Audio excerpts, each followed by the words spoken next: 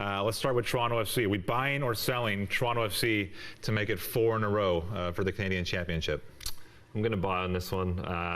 I think the first leg is going to be a real big match in this tie. If TFC, it's always been the case with TFC, if they can take a fairly solid result back to BMO Fields, they'll be heavily favoured. I do think Montreal will fancy that game at Stade Saputo. This is a TFC team that, even in this Ottawa tie, as disappointing as Ottawa were, they continue to give up good goal-scoring chances, at least 1 or 2 each match. And Montreal will feel that they have a real chance to get ahead, but I'm still going to buy on TFC. Mike, can you come up with any reason to sell this? Oh, I can. I can. Toronto FC has been, throughout most of the season, has been woefully inconsistent. They have 2 or 3 good games, put together a few results, and then they have a stinker like they did at home against Orlando. Capable of dropping a result at any time. Absolutely. And if they go to Montreal and don't get a good result there, BMO Field hasn't been a fortress for TFC this year by any stretch. So, I could find reasons to sell for sure. It almost seemed like on Wednesday night at Spruce Meadows, we were just waiting for Cavalry to get another set piece. We were waiting for Nico Pasquotti to get another long throw. But at a certain point, are you buying or selling that there's a concern with the lack of goal production at Spruce Meadows, say, through the run of play? Yeah, I'm going to buy on that. And I think the field is starting to hold Cavalry back. The grass isn't good. It really slows the game down. It bobbles. And there was just almost nothing from open play from either side last night. And at Spruce Meadows now, I think it's 4 games in a row that no Cavalry player has scored. They got an own goal to win the York 9 game, but other than that, it's dried up for them, and they've been really reliant on set pieces and errors. And it's a team away from home that you can start to see coming into their element more in an attacking sense with Camargo and Minotaur and guys like that. At home, it's a different story. So, I think that's a valid concern. Pitch plays both ways for both teams. I still think it's a bit of an advantage for Cavalry, being that it is their home pitch and they know it. Although it is, I think, a heavy pitch, which over time will take its toll on the team that plays there week in and week out. For Cavalry, it's all about defending. I don't think it's a huge issue. I'm selling on that one.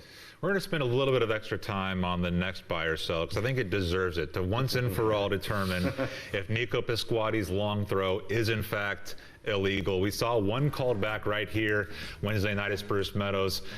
We can talk about why this one in particular was called back. You see Remy Gard there demanding that a foul throw is called. You see him lift his foot right there a little bit during the release of the ball. So I understand why that one was called back. But are we buying or selling Nico Pasquotti's, the throw-in, the classic kind of sideways, whatever you want to call it, throw-in that launches into the box? Are we calling that an illegal throw-in? Buy or sell? It's an illegal throw-in.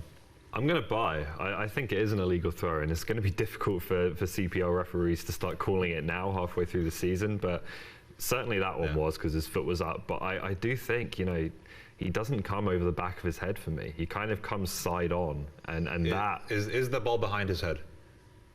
At a point, it is behind his head, not fully. So, Mike, before you go, I've asked the room to pull up the FIFA laws of the game. So we're gonna throw to those here, and we're gonna have a read. Faces the field of play.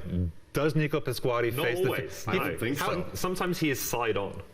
No, but when he throws the ball, his feet are aligned with the field, and he's facing the field of play. I think the key question is do these things apply just when the ball is released, or is it the delivering the ball, which kind of suggests the entire motion? So then there's a problem with the rules then, right? Because these are the rules.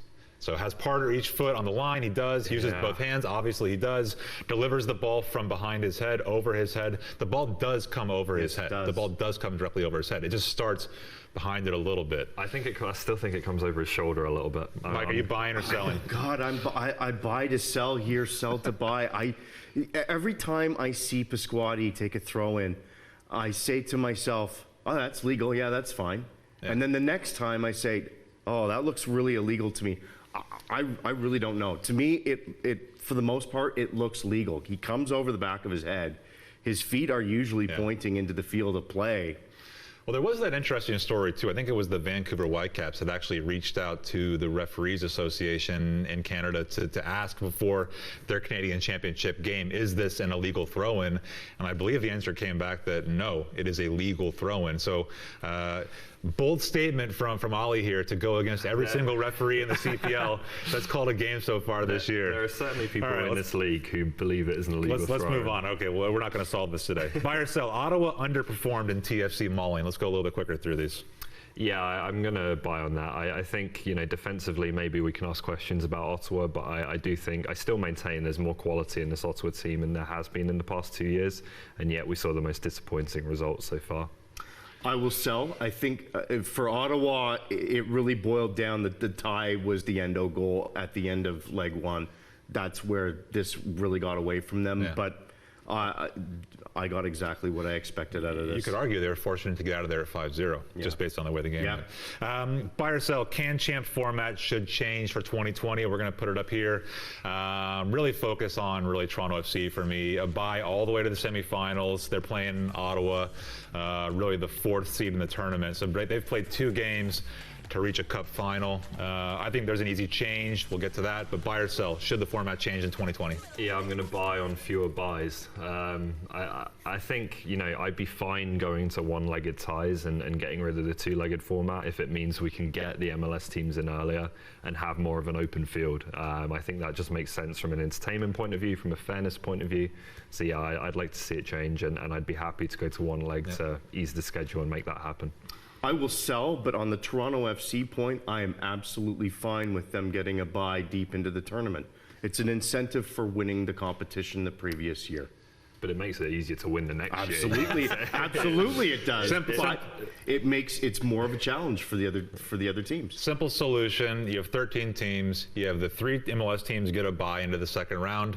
The other 10 teams play off to play into the second round. It's easy, and it gets the MLS teams in sooner and makes them compete a little bit more.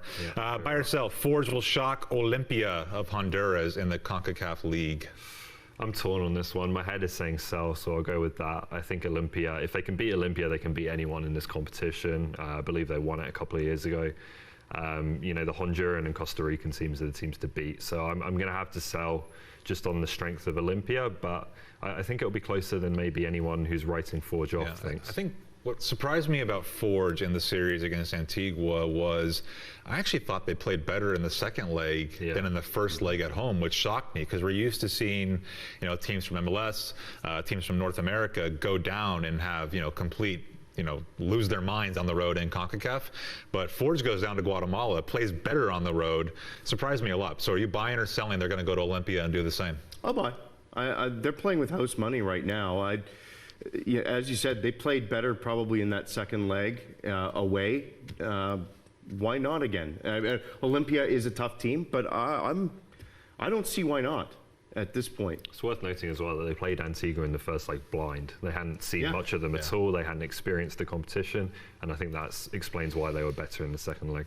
Buy or sell, FC Edmonton, the team to beat in the fall season. Currently atop the standings, I believe, in the fall. You buying or selling that they're the new team to beat in the CPL? It's kind of a humble pie buy from me. Last week I was saying it was going to be York 9 was the team to beat.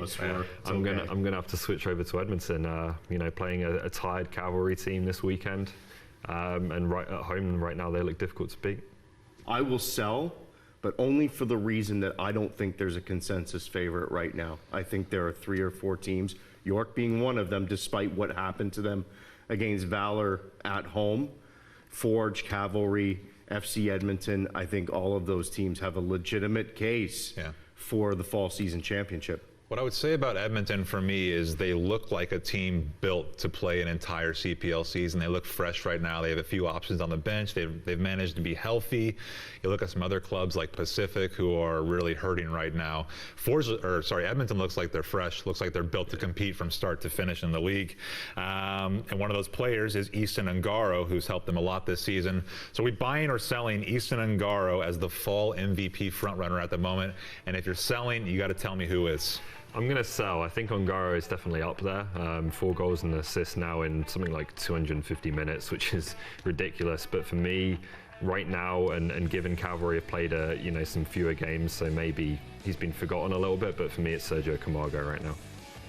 Yeah, I think I would go with Sergio Camargo as well.